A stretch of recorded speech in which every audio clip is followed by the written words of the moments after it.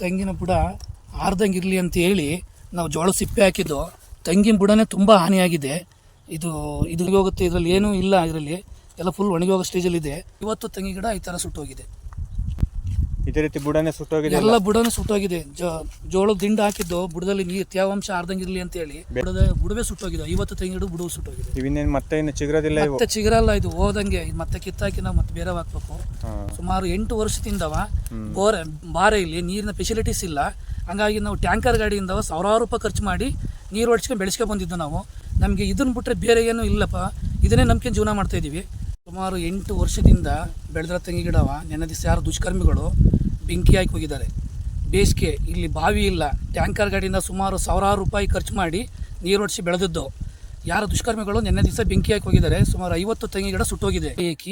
ಸುಟ್ಟೋಗಿರೋದ್ರಿಂದ ದುಷ್ಕರ್ಮಿಗಳ ಮೇಲೆ ಸೂಕ್ತ ಕ್ರಮ ಕೈಗೊಳ್ಳಬೇಕು.